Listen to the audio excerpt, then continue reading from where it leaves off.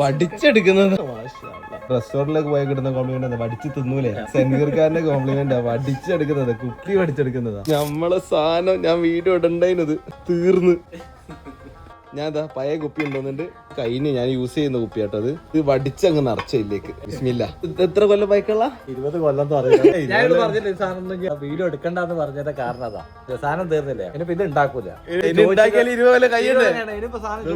കുപ്പി വടിച്ചെടുക്കുന്നതാ. ഫുള്ളങ്ങ് നിറഞ്ഞോട്ടെ. നിങ്ങൾ ആൾക്ക് കൊടുക്കാൻ കുറച്ച് കൊറേ ഇത് ആയിരിക്കില്ലത്. ഇഷ പോയിട്ടോ ഇഷ കഴിഞ്ഞ്.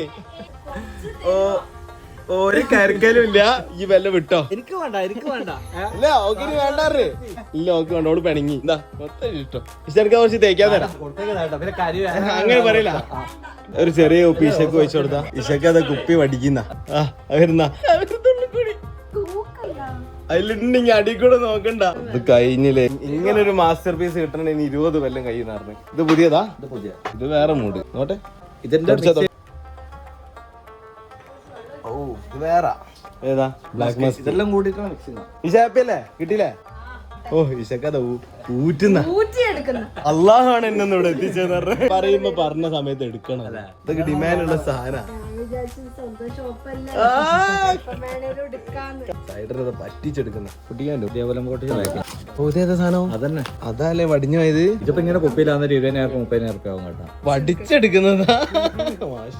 നമ്മള് റെസ്റ്റോറന്റിലേക്ക് പോയി കിട്ടുന്ന കോംപ്ലിമെന്റ് വടിച്ച് തിന്നൂലേ?